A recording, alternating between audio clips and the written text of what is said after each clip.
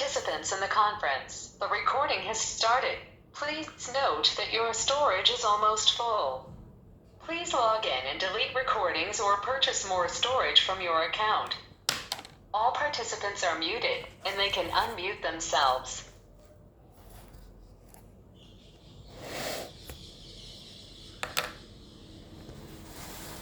ओम नमोर्यंताणं नमो सिद्धाणं नमो आर्याणं नमो वज्जायाणं नमो लोहे सव्वसाहुणम् मंगलं भगवान् वीरो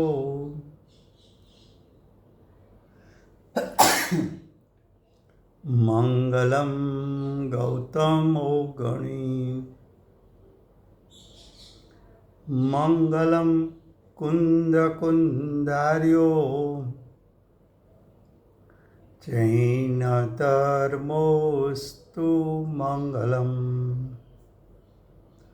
ओंकार बिंदु संयुक्तं नित्यं जायन्ति योगिनां कामदं मोक्षदं चैव ओंकाराय नमो नमः अहोपकार जिनवरनो कुंदनो ध्वनि दिव्यनो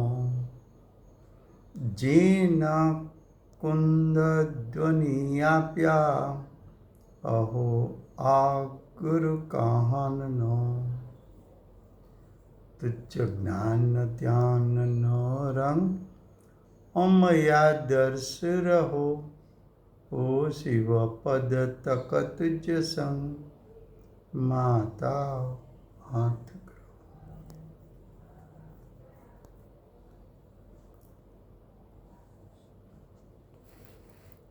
ये समयसार नाम का परम अध्यात्म शास्त्र है। भगवत कुनकुंदाचार्य देव ने मांगलिक करके आत्मा के त्रिकाल शुद्ध स्वभाव को दर्शाने की प्रतिज्ञा की है।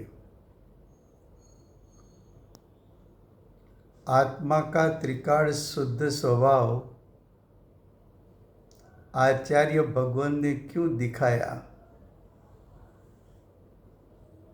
क्योंकि आत्मा का शुद्ध स्वभाव उसका परिचय अज्ञानी ने अनादि से आज तक किया नहीं है। अगर जीव त्रिकाल शुद्ध स्वभाव जो आत्मा का है उसका लक्ष्य कर ले, उसका ध्यान कर ले, उस पर एकाग्र हो जाए, उस पर दृष्टि रख दे, उसको शुद्धने का विषय बना ले, तो जीव को परिणाम में मोक्ष मार्ग का मूल सम्यक दर्शन की प्रकटता होती है। ये शास्त्र सम्यक दर्शन की प्राप्ति के लिए हैं। ऐसे ये शास्त्र में दूसरा अधिकार कर्ता कर्म अधिकार चलता है। कर्ता कर्म अधिकार की 84 गाथा का भावार्थ चलता है। भावार्थ में दूसरा पैराग्राफ है कि परमार्थ का अर्थ है निश्चय नहीं से। परमार्थ का अर्थ है उपादान से। जीव पुद्गल की प्रवृत्ति भिन्न होने पर जीव पुद्गल की प्रवृत्ति एक गाथा में कहाँ भिन्न दिखाना है।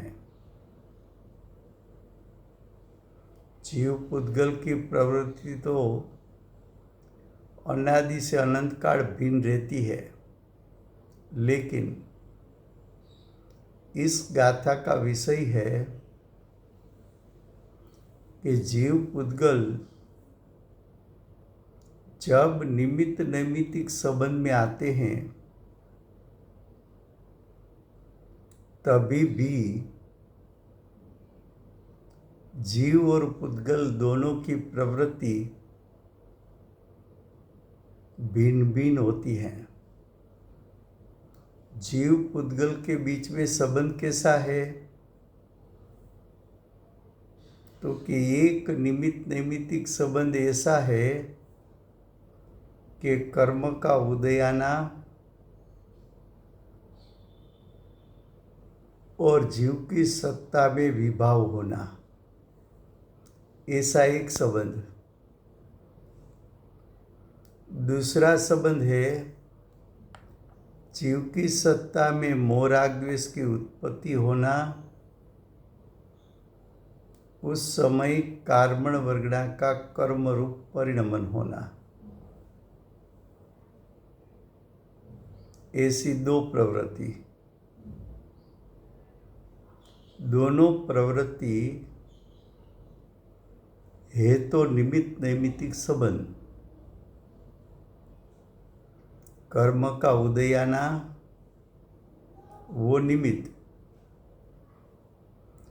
जीव की दशा में मोह राग द्वेष की उत्पत्ति होना नैमित्तिक। ऐसा एक संबंध निमित्त नैमित्तिक। अब दूसरा संबंध, जीव की सत्ता में जीव स्वभाव से च्युत होने से मोह राग द्वेष की उत्पत्ति होना।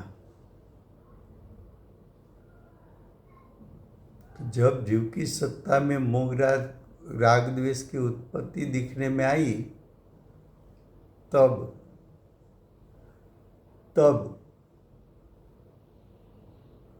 कार्मण वर्गणा का कर्मरूप परिणमन होना।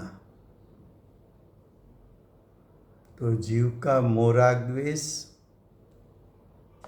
और कार्मण वर्गणा का कर्मरूप होना वो भी एक निमित्त नैमित्तिक संबंध है। ये दोनों निमित्त नैमित्तिक संबंध के काल में कर्म का उदय पुद्गल, उसका कार्य पुद्गल के द्रव्य क्षेत्र काल भाव में उत्पन्न हुआ और स्वतंत्र उत्पन्न हुआ। उस समय जीव की सत्ता में मोह राग द्वेष की उत्पत्ति होना वो भी जीव का स्वतंत्र कार्य है।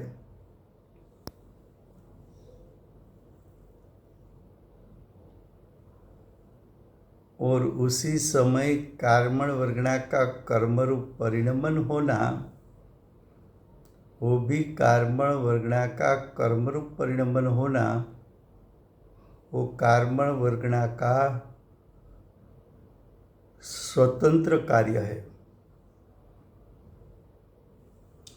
तीनों ने अपना अपना स्वसत्ता में रहकर अपनी अपनी परिणमन शक्ति से कार्य किया है। ऐसे तीनों के बीच में है तो निमित्त नैमित्तिक संबंध, लेकिन अज्ञानी उसको मान बैठा कि कर्म का उदय करता है और जीव की सत्ता में विभाव हुआ, वो कर्म ने कराया तो मोह राग द्वेष का कर्ता कर्म का उदय, ऐसा अभिप्राय अज्ञानी का है।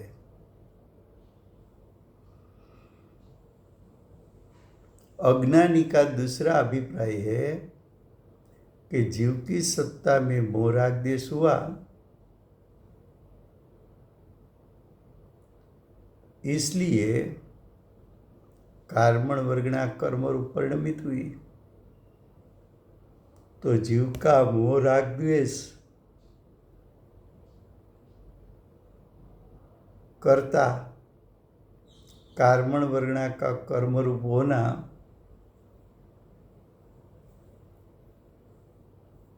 वो जीव ने कराया, वो परिणाम जीव का है, ऐसा अज्ञानी मानता है।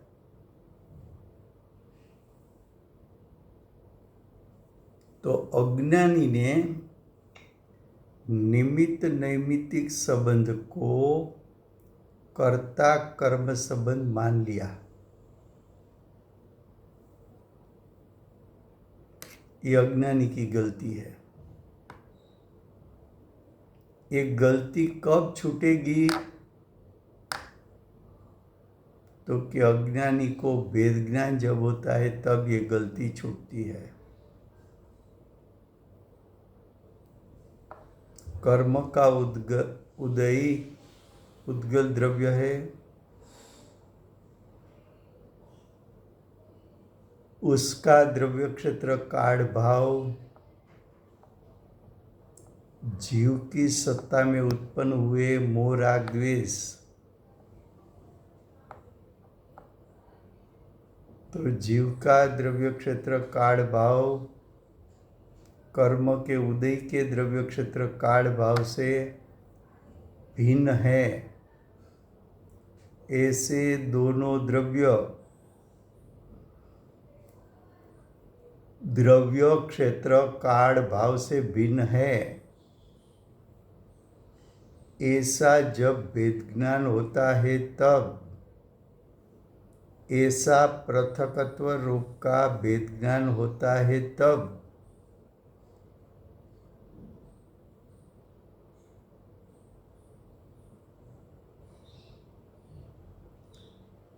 अज्ञानी का विपरीत अभिप्राय छूट जाता है।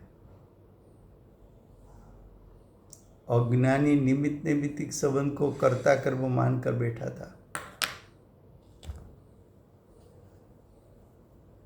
लेकिन कर्म के उदय को जाना, जीव की सत्ता को जाना, जीव के द्रव्य क्षेत्र काढ़ भाव में जीव की सत्ता में मोह राग द्वेष उत्पन्न हुआ, वो कर्म के उदय के कारण उत्पन्न नहीं हुआ है। जीव स्वभाव से च्युत होकर कर्म का लक्ष्य किया, तो जीव स्वभाव से च्युत हुआ, उसके कारण मोह राग द्वेष की उत्पत्ति हुई, ऐसा यथार्थ ज्ञान ज्ञानी को होता है।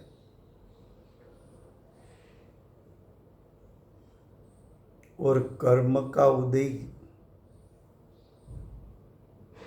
वो तो पुद्गल का परिणमन है, वो पुद्गल अपनी परिणमन शक्ति से परिणमन किया है। उस समय कर्म का उदय आना, तो कर्म का उदय रूप होना वो कर्म की तत्समय की योग्यता है, और जीव की सत्ता में विभाव उत्पन्न होना वो जीव की तत्समय की योग्यता है। दोनों भिन्न भिन्न हैं, दोनों का परिणमन भिन्न भिन्न है, दोनों अपनी अपनी परिणमन शक्ति से परिणमित हुआ है। दोनों का परिणमन अपनी अपनी स्वसत्ता में उत्पन्न हुआ है। दोनों द्रव्य अपने अपने परिणाम में व्यापा है।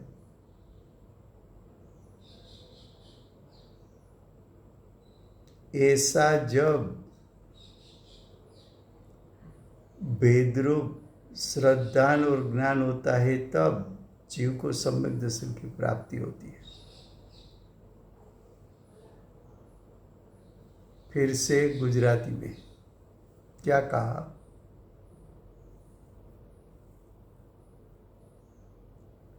गाथा 84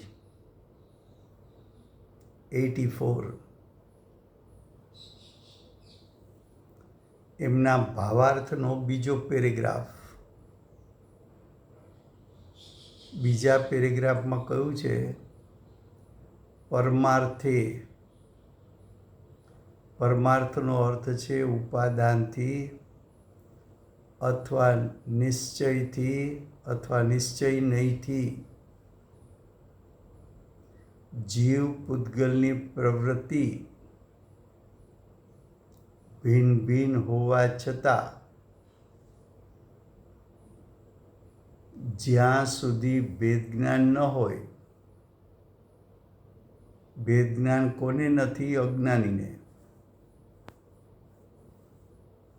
તો અજ્ઞાનીને ભેદ જ્ઞાન ન હોય ત્યાં સુધી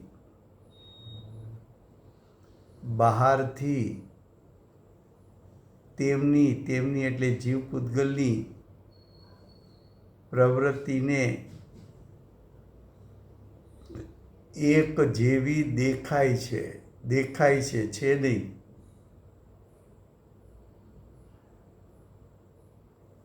શું કહ્યું?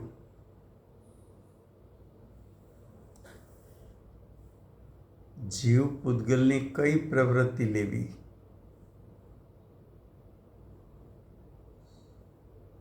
તો કે જીવ અને પૂતગલ વચ્ચે પ્રવૃત્તિ હોય તો નિમિત્ત નૈમિત્તિક સંબંધ હોય. કર્તા કર્મ સંબંધ તો બે દ્રવ્યો વચ્ચે હોતો નથી. બે દ્રવ્યો વચ્ચે વ્યાપી વ્યાપક સંબંધ હોતો નથી. બે દ્રવ્યો વચ્ચે ભાવ્ય ભાવક સંબંધ હોતો નથી. તો બે દ્રવ્યો વચ્ચે કઈ પ્રવૃત્તિ હોય? તો કે બે દ્રવ્યો વચ્ચે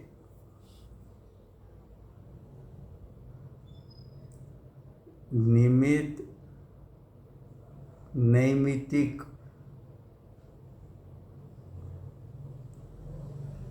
પ્રવૃત્તિ છે. જીવ પૂતગલ વચ્ચે બે પ્રકારની નિમિત્ત નૈમિત્તિક પ્રવૃત્તિ છે. એક છે કર્મનો ઉદય, એ પૂતગલનું કાર્ય. કર્મના ઉદયના કાળે જીવ એનું લક્ષ્ય કરે. તો જીવ એનું લક્ષ્ય ક્યારે કરે? જીવ પોતાના સ્વભાવથી ચ્યુત થાય તો જીવ સ્વભાવથી ચ્યુત થઈને મોહ રાગ દ્વેષને ઉત્પન્ન કરે. તો કર્મનો ઉદય એ નિમિત્ત અને જીવમાં મોહ રાગ દ્વેષ ઉત્પન્ન થવા એ નૈમિત્તિક.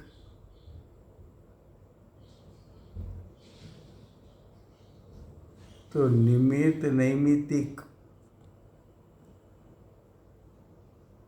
પ્રવૃત્તિ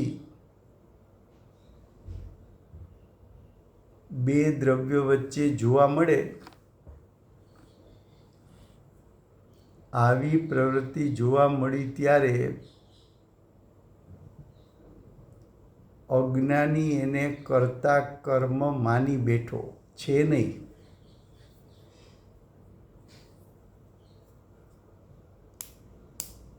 શું કહ્યું કે પરમાર્થે જીવ પૂતગલની પ્રવૃત્તિ ભિન્ન હોવા છતાં નિમિત્ત નૈમિત્તિક સંબંધના કાળે પણ બંને વચ્ચેની પ્રવૃત્તિ ભિન્ન હોવા છતાં જ્યાં સુધી ભેદ જ્ઞાન ન હોય, કર્મનો ઉદય અને જીવનો વિભાવ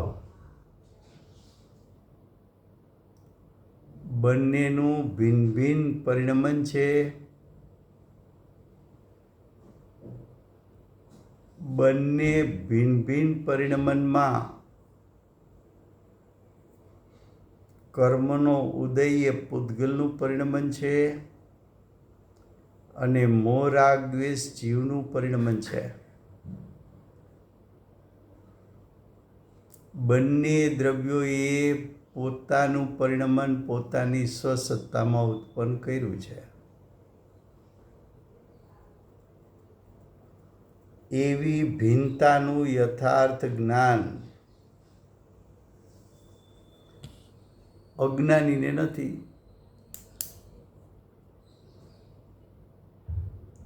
એ નિમિત્ત નૈમિત્તિક સંબંધની પ્રવૃત્તિ એક તો નિકટવર્તી છે, પાછી સૂક્ષ્મ છે.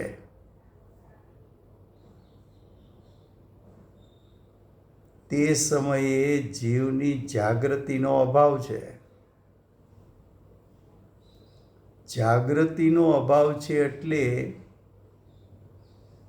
નિમિત્ત નૈમિત્તિક સંબંધને કરતા કર્મ સંબંધ માની બેસે છે.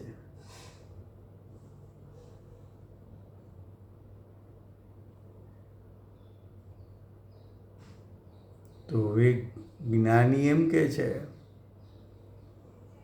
કે આવી પ્રવૃત્તિના કાળે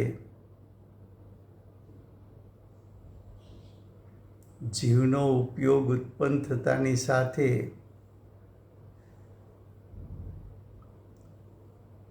હું કર્મના ઉદયથી ભિન્ન છું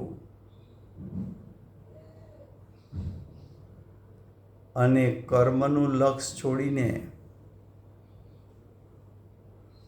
પોતાની સ્વસત્તાનું લક્ષ કરે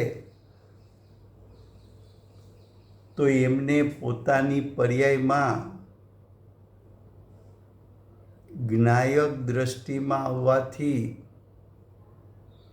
ભેદરૂપ શ્રદ્ધાની સાથે ભેદરૂપ જ્ઞાન થવાથી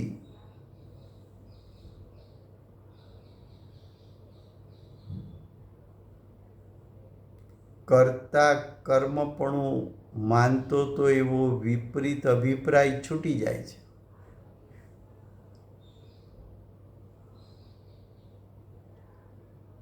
એક પ્રવૃત્તિ આવી છે, બીજી પ્રવૃત્તિ કે જીવની સત્તામાં મોહ રાગ દ્વેષ થયા એ નિમિત્ત નવું કર્મ બંધાણું એ નૈમિત્તિક દશા. તો બંને વચ્ચે સંબંધ તો નિમિત્ત નૈમિત્તિક છે.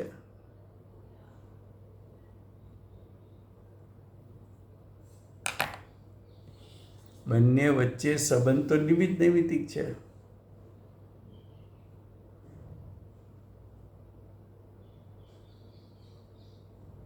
પણ અજ્ઞાની માની બેઠો કે મોહ રાગ દ્વેષ થયા માટે નવા કર્મ બંધાણા.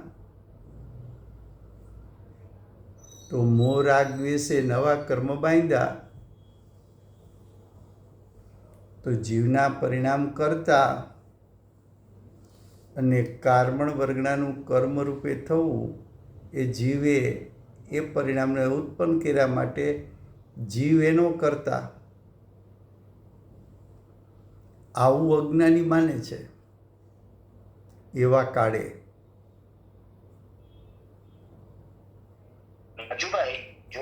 જ્ઞાની આવી રીતે માનતો હોય તો એને કઈ રીતે એને પાછો વાળવાનું કે ભાઈ આ મારે કાર્ય નથી અને મારે આ છોડવું જોઈએ, કેવી રીતે એનું ચિંતન કેવી રીતે એને ઉપાડવું જોઈએ? ભાઈ સોરી, મને એક વિકલ્પ આવ્યો એટલે મેં તમને પૂછવા. થેન્ક યુ ભાઈ. હા, કે જ્યારે આવો નૈમિત્તિક સંબંધ બતાવે ત્યારે પેલા એમ વિચારવું કે હું જીવ છું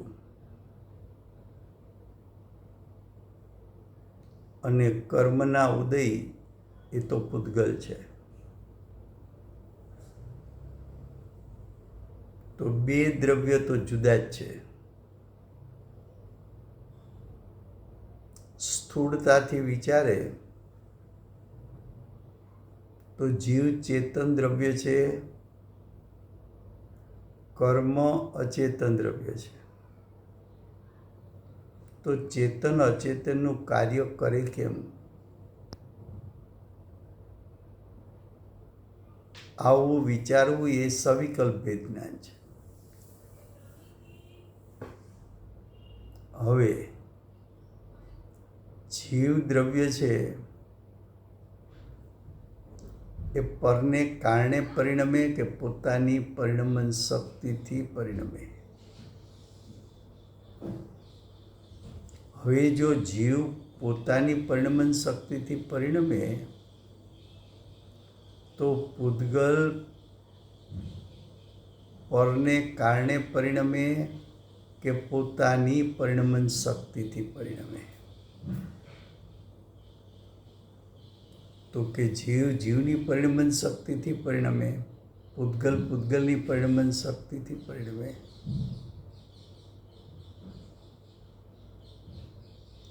જીવ પરિણમે છે ક્યારથી? તો કે અનાદિથી.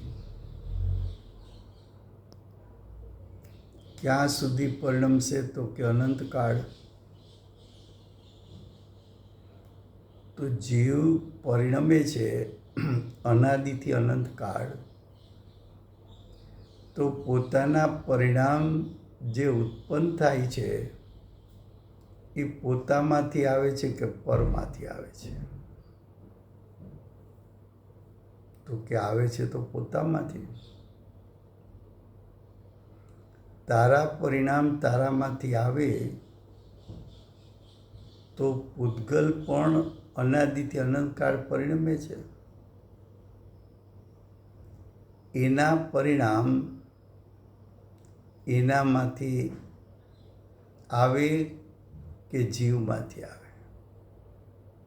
તો કે પૂતગલના પરિણામ પણ પૂતગલમાંથી આવવા જોઈએ. ચેતનવંતા જીવમાંથી અચેતન પૂતગલના પરિણામ ક્યાંથી આવે? હવે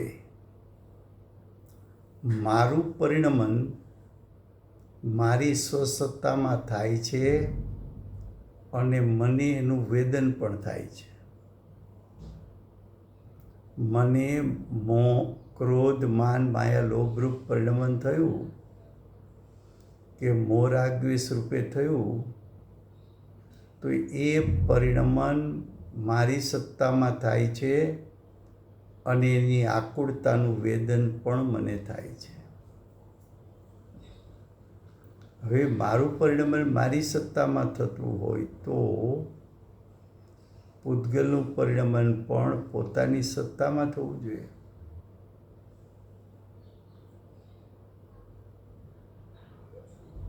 મારી સત્તા એટલે મારી પાસે મારું દ્રવ્ય છે, મારું ક્ષેત્ર છે,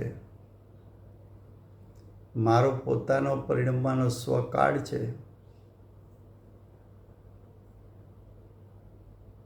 એમ પૂતગલ દ્રવ્ય છે, એને પોતાનું સ્વક્ષેત્ર છે, એને પોતાનું પરિણમન કરવાનો સ્વકાળ છે.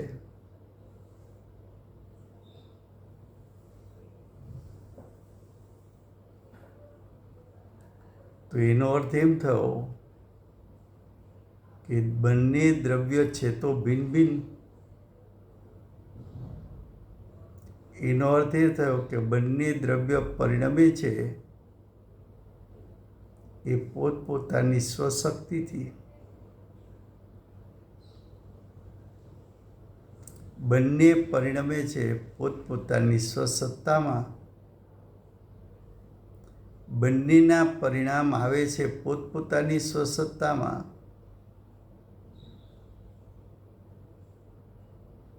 તો પછી જીવ જીવના પરિણામનો કર્તા હોય કે જીવના પરિણામનો કર્તા પૂતગલ હોય? તો કે જીવના પરિણામનો કર્તા તો જીવ જ હોય. તો પછી કર્મનો ઉદય તો પૂતગલ છે. એ જીવના મોહ રાગ દ્વેષના પરિણામને કરે કેવી રીતે? કરી જ ન શકે. બે સત જુદા છે. બે સતનો સ્વભાવ જુદો છે. કર્મ અચેતન હોય, અચેતન કર્મનો ઉદય ચેતનને કેમ પરિણામ આવે?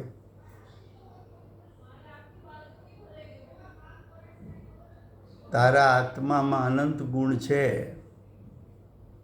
પણ એ અનંત ગુણમાં એક પણ ગુણ એવો નથી કે પરદ્રવ્યનું પરિણમન કરી શકે. તો જીવ પૂતગલને કેમ પરિણામ આવે? એમ પૂતગલમાં અનંત ગુણ છે, પણ એક પણ ગુણ એવો નથી કે જીવના પરિણામને ઉત્પન્ન કરી શકે. તો પછી કર્મનો ઉદય જીવને મોહ રાગ દ્વેષ કેમ કરાવે? આવું એને ચિંતન કરીને પોતે નક્કી કરવું પડે. એ ચિંતન કરવું એ પહેલાં સવિકલ દશાના ભેદરૂપ શ્રદ્ધાન અને જ્ઞાનની ભૂમિકા છે. પછી જેમ પોતાના ઉપયોગને સૂક્ષ્મ કરતો જાય એટલું એનું ઊંડાણ વધતું જાય.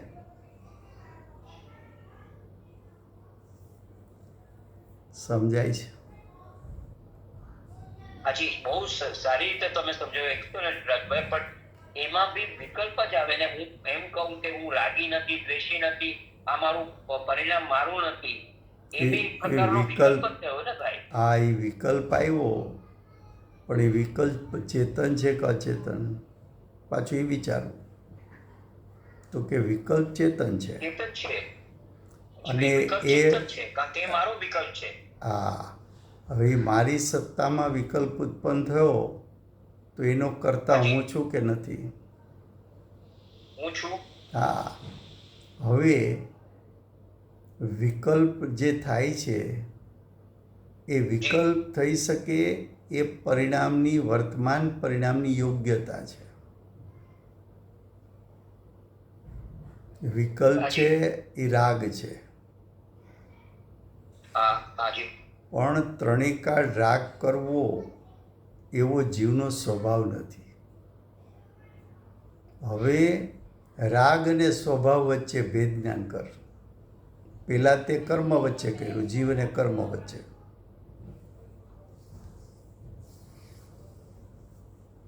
પહેલાં જે કર્યું કે કર્મનો ઉદય અને જીવના મોહ રાગ દ્વેષ. હવે કર્મના ઉદયનું લક્ષ છોડ વિકલ્પ દશામાં. હવે મારી દશામાં ઉત્પન્ન થતો રાગ અને એમાં છુપાયેલો શુદ્ધ સ્વભાવ. હવે એ બે વચ્ચે સવિકલ્પ ભેદ જ્ઞાન પેલા કર. તો કે વિકલ્પ છે એક સમયનો છે, પણ એમાં છુપાયેલો ત્રિકાળ સ્વભાવ એ તો ત્રિકાળ છે. વિકલ્પ છે એ અનિત્ય છે, ત્રિકાળ સ્વભાવ નિત્ય છે. વિકલ્પ છે એક સમયની પર્યાય છે. જ્યારે ત્રિકાળ સ્વભાવ તો ત્રિકાળ સ્વભાવ છે. વિકલ્પ છે એ સ્વભાવથી વિરુદ્ધ કાર્ય છે.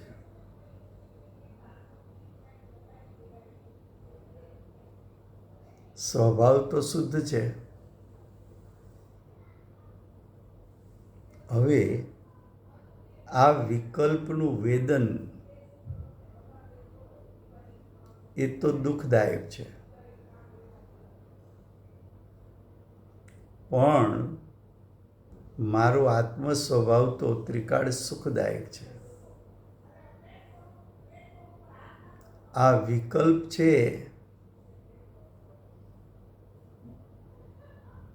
અને આ સ્વભાવ છે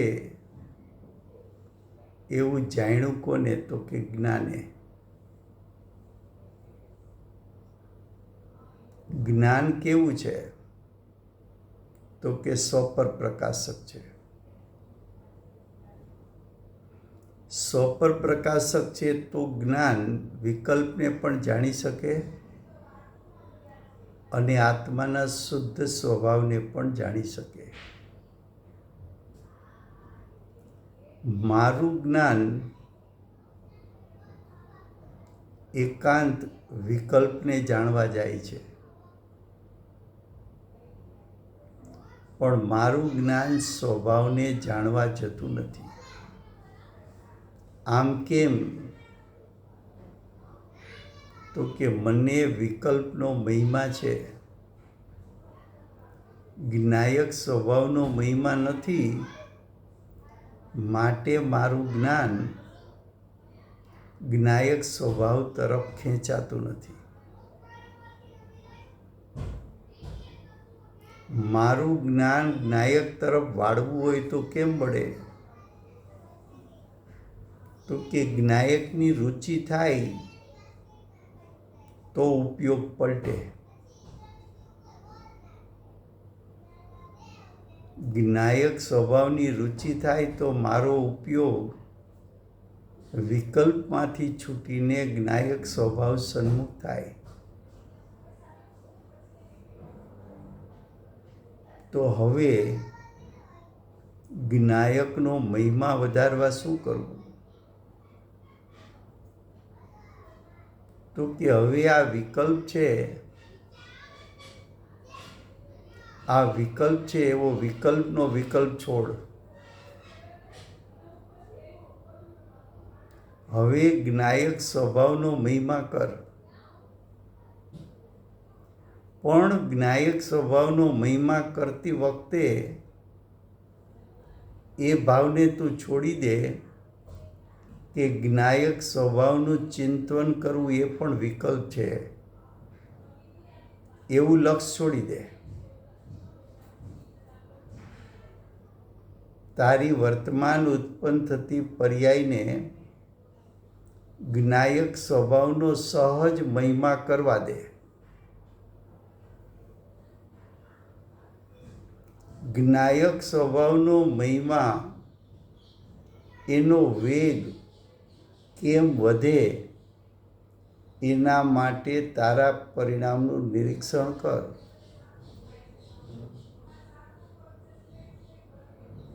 જ્ઞાયક સ્વભાવનો વેગ વધતો ચાલે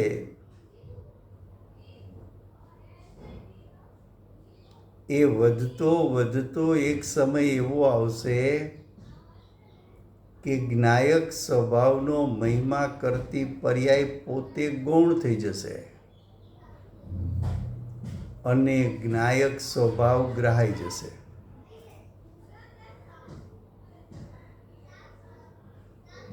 અને જ્ઞાયક એ તો આપણે કહ્યું ને કે હું જ્ઞાયકનું ચિંતન કરું ત્યારે પણ આ વિકલ્પ છે એવા ભાવમાં તું ખેંચામાં. મારું કામ શું? તો કે પક્ષી ઈંડાનું સેવન ક્યાં સુધી કરશે? તો કે ઈંડામાંથી બચ્ચું બહાર આવે ત્યાં સુધી. એમ પર્યાય વર્તમાન પર્યાય જ્ઞાયકનો મહિમા ક્યાં સુધી કરશે? તો કે જ્ઞાયકમાંથી શુદ્ધતા પ્રગટે ત્યાં સુધી. ક્યારે પ્રગટશે એ વિકલ્પ પણ છોડી દે. મારી પર્યાયનું કામ, મારી વર્તમાન પર્યાયનું કામ જ્ઞાયકનો મહિમા કરવાનો.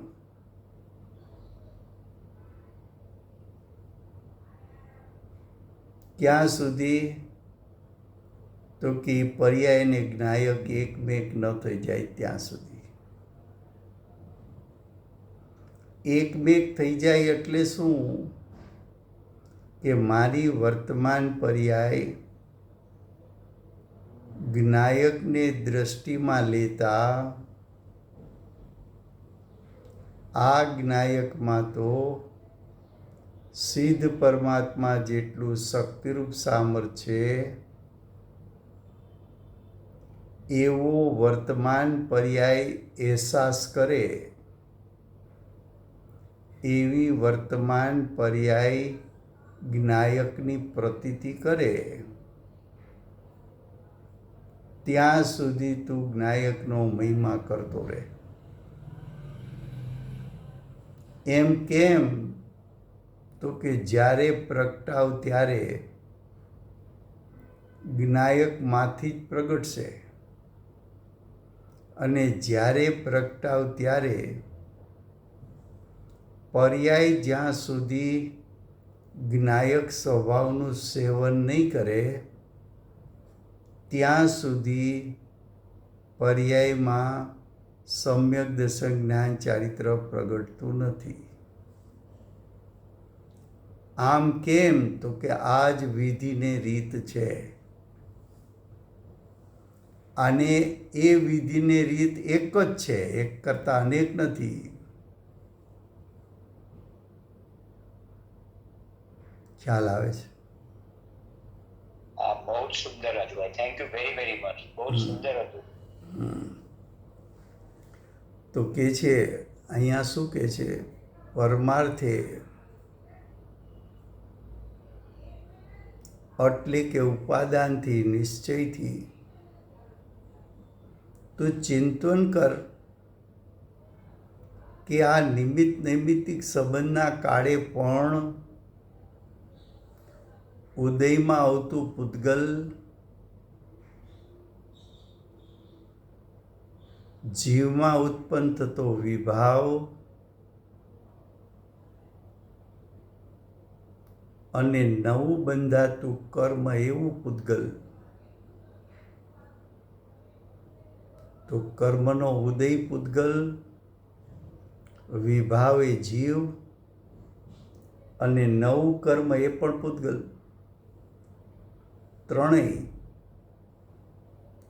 ત્રણેય સ્વતંત્ર દ્રવ્ય છે. ત્રણેય સ્વતંત્ર હોવાથી પોતપોતાના સટકારકથી, પોતપોતાની સ્વસત્તામાં રહીને, પોતપોતાની પરિણમન શક્તિથી પરિણમે છે. ત્રણેય સ્વતંત્ર. એનું જેમ છે તેમ શ્રદ્ધાન થાય તો સમ્યક દર્શન, જેમ છે તેમ જ્ઞાન થાય તો સમ્યક જ્ઞાન. પણ અજ્ઞાની આવા નિકટવર્તી સંબંધના કાળે ભરમાઈ જવાથી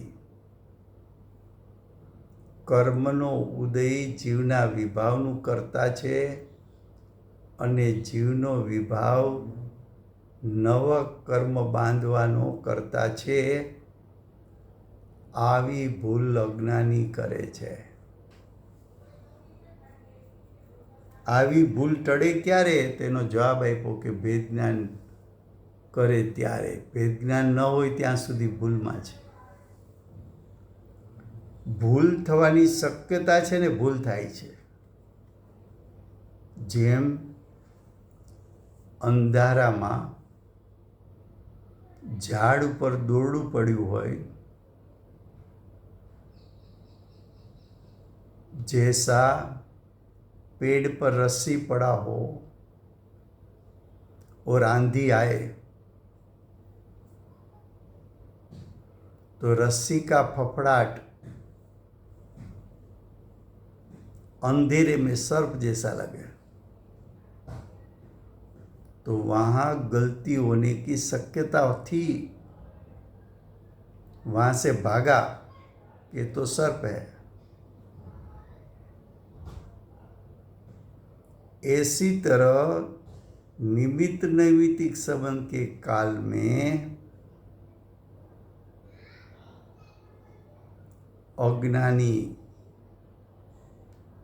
निमित्त नैमित्तिक संबंध को कर्ता कर्म मान लेता है। वह गलती होने की शक्यता है। क्यों? अज्ञानी के पास स्थूल दृष्टि है, सूक्ष्म दृष्टि नहीं है।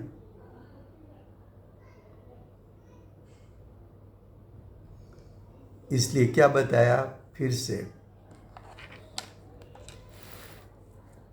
परमार्थ से जीव पुद्गल की प्रवृत्ति भिन्न होने पर भी जहाँ तक भेद ज्ञान न हो तहाँ तक बाहर से उसकी यानी जीव पुद्गल की प्रवृत्ति एक जैसी दिखती है। एक जैसी दिखती है वो स्थूल दृष्टि है अज्ञानी की। ज्ञानी को एक जैसी नहीं दिखती, दोनों की प्रवृत्ति भिन्न भिन्न जानने में आती है। तो एक जैसी दिखती है। अज्ञानी को जीव पुद्गल का भेद ज्ञान नहीं होने से उपलब्ध दृष्टि से यानी स्थूल दृष्टि से जैसा देखा ऐसा मान लिया, विपरीत देखा विपरीत मान लिया। था निमित्त नैमित्तिक संबंध, लेकिन विपरीत देखा कर्ता कर्म संबंध, तो मान लिया कि ये कर्ता कर्म संबंध है। इसलिए वो ऐसा मानता है कि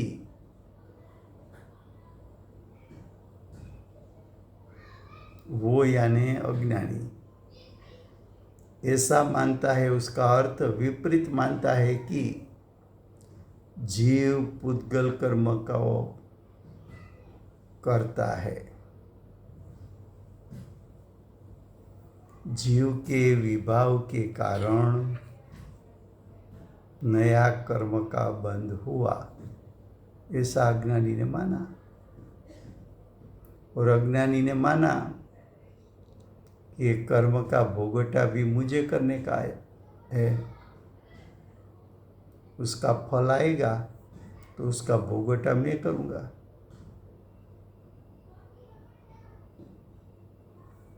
अब आगे बताया, श्री गुरु, श्री शब्द प्रयोग क्यों किया? कि गुरु के पास भावश्रुत ज्ञान और द्रव्यश्रुत ज्ञान है। तो भावश्रुत और द्रव्यश्रुत ज्ञान के धारक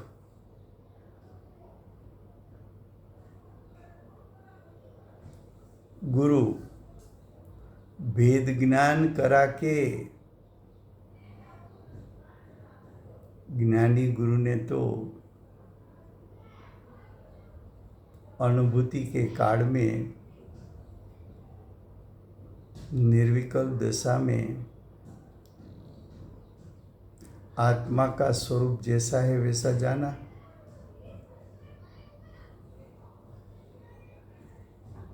और सविकल्प दशा में आकर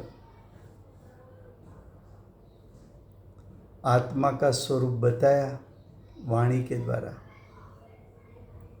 वाणी के द्वारा बताना वो द्रव्य श्रुत, अनुभूति के काल में जानना वो भाव श्रुत ज्ञान। तो श्री गुरु वेद ज्ञान करा के, ये श्री गुरु हमारा वेद ज्ञान करा देगा कि नहीं करा देगा? तो कि वो भी उपचार का कथन है, व्यवहार का कथन है। ज्ञानी गुरु मार्ग दिखाते हैं कि मार्ग पर चल देते हैं। तो कि ज्ञानी गुरु तुझे मार्ग बताएंगे, लेकिन तुझे पुरुषार्थ करके वो मार्ग पर चलना पड़ेगा। तो वेद ज्ञान करा के परमार्थ जीव का स्वरूप बताकर अज्ञानी का ये प्रतिभास रूप व्यवहार कहते हैं। तो अज्ञानी का जो रूढ़िगत व्यवहार है, रूढ़िगत यानी व्यवहार में कथनी करने की पद्धति। व्यवहार में तो ऐसा बोला जाएगा कि सब्जी मैंने बनाई। व्यवहार में ऐसा कहने में आएगा कि शरीर मेरा है।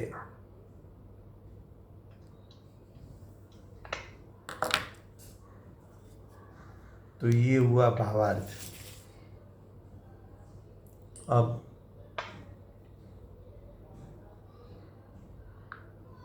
All participants are muted and they can unmute themselves. अब देखो टीका। टीका में हम सिद्धांत पर आए थे।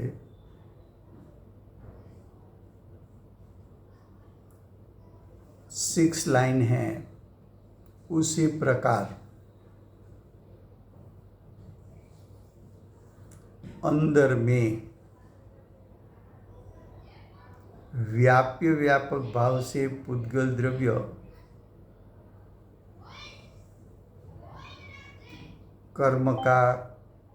कर्म को करते हैं। अंदर में उसका अर्थ निश्चय नहीं से या तो उपादान से। व्याप्य व्यापक कहाँ होता है? द्रव्य और उसकी पर्याय के बीच में। तो पुद्गल द्रव्य और उसकी पर्याय कर्म। तो पुद्गल द्रव्य और द्रव्य कर्म, उसके बीच में व्याप्य व्यापक संबंध है।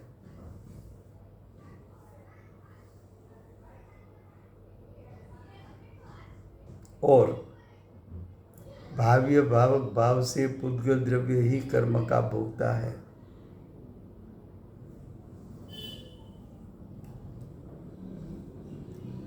चेतनवंता जीव कर्म के उदय का अनुभाग रस जो अचेतन जड़ है, उसका स्वाद जीव ले नहीं सकता।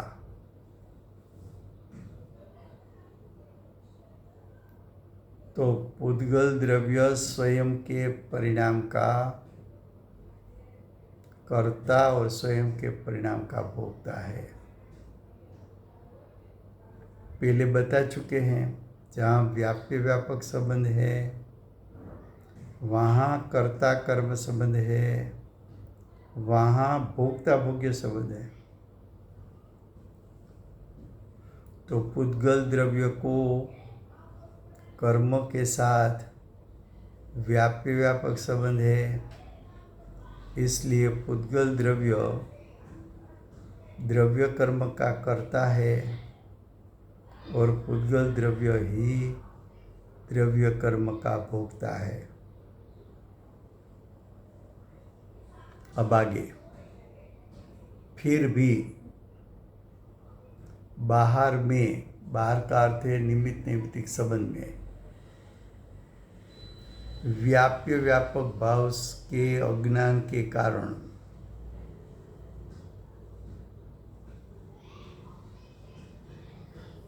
निमित्त नैमित्तिक संबंध होता है, वहाँ अज्ञानी गलती करता है। गलती क्या करता है? तो कि व्याप्य व्यापक भाव के अज्ञान के कारण पुद्गल कर्म का संभव को, यानी पुद्गल कर्म की उत्पत्ति, संभव का अर्थ उत्पत्ति, तो पुद्गल कर्म की उत्पत्ति में अनुकूल, अनुकूल का अर्थ है निमित्त, उसमें अनुकूल कौन है? उसमें निमित्त कौन है? जीव का राग आदि। तो जीव के राग आदि परिणाम को करता हुआ और पुद्गल कर्म के विपाक से उत्पन्न हुए विषयों की जो निकटता, उससे उत्पत्ति सुख दुख रूप परिणति को भाव्य भावक वड़े अनुभवता यानी भोगता हुआ ऐसा जीव पुद्गल कर्म को करता है और पुद्गल कर्म का भोगता है, ऐसा अज्ञानी का अनादि संसार से प्रसिद्ध व्यवहार है, यानी प्रसिद्ध लौकिक व्यवहार है। रूढ़िगत व्यवहार है कि कथन पद्धति ऐसी है कि जीव ने कर्म को बांधा, जीव ने कर्म का भोगटा किया, जीव कर्म का भोगता होता है। वास्तव में तो क्या है कि जीव और कर्म दोनों भिन्न भिन्न पदार्थ है, दोनों का सत भिन्न भिन्न है, दोनों का सत भिन्न भिन्न है और अपने अपने सत में अपने अपने परिणाम का कर्ता वो स्वयं द्रव्य होता है। तो जब उसको निमित्त नैमित्तिक संबंध को कर्ता कर्म मानना, ये अज्ञानी की विपरीतता है।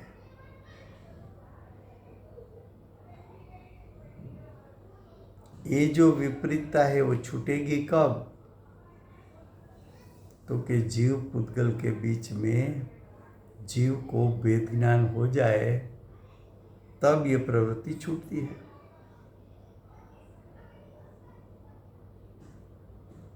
तो अनादिकाल से क्या चल रहा है? कर्म का उदय आना, जीव उसमें जुड़ जाना, जीव की सत्ता में मोह राग द्वेष दिखने में आता है। तो कर्म का उदय ने जीव का मोह राग द्वेष कराया। इस स्थूल दृष्टि से अज्ञानी ने ऐसा माना। दूसरी तरफ जीव में मोह राग द्वेष हुआ तब कार्बन वर्गना कर्म रूप परिणमित होती हुई दिखने में आई। तो अज्ञानी ने माना कि जीव के मोह राग द्वेष कार्बन वर्गना को कर्म रूप परिणमन कराता है। तो ये दोनों स्थान पर गलती है। जब निमित्त नैमित्तिक संबंध है तब दोनों के बीच में स्वतंत्रता देखो, तब मालूम पड़ेगा कि जीव स्वयं के परिणाम का करता है और पुद्गल स्वयं के परिणाम का करता है। लो समय हुआ है।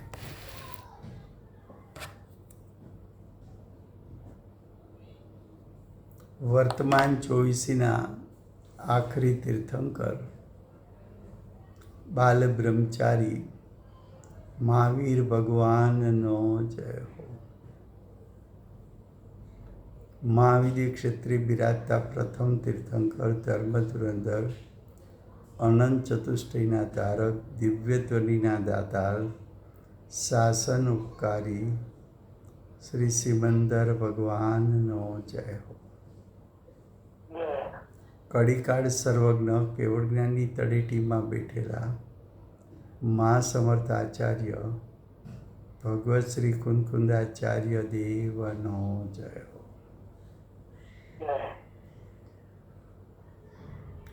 વર્તમાન કાળે કરતા કર્મનું સ્વરૂપ સમજાવનાર તીર્થના નાયક, તીર્થના સ્થાપક, તીર્થના પ્રવર્તક પરમ કૃપાળુ શ્રી સદગુરુદેવનો જય હો.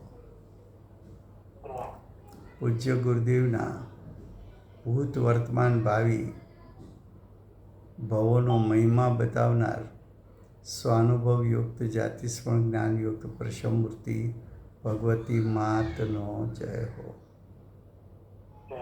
સમ્યક દર્શનની પ્રાપ્તિમાં નિમિત્તરૂપ સર્વ જીનવાણી માતનો જય હો. પૂજ્ય ગુરુદેવ અને માતાજીની સાધના ભૂમિ સુવર્ણપુરી ધામનો જય હો. સુવર્ણપુરી ધામમાં બિરાજતા સર્વે દેવશાસ્ત્ર ગુરુ ભગવંતનો જય હો.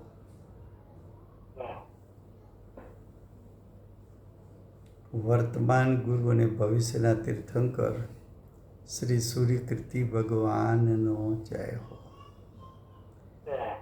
શ્રી સૂર્યકીર્તિ ભગવાનના સમોસરના મુખ્ય ગણધર દેવેન્દ્ર કીર્તિનાથ ભગવાનનો જય હો. પરમ દિગંબર જૈન ધર્મનો જય હો. Thank you.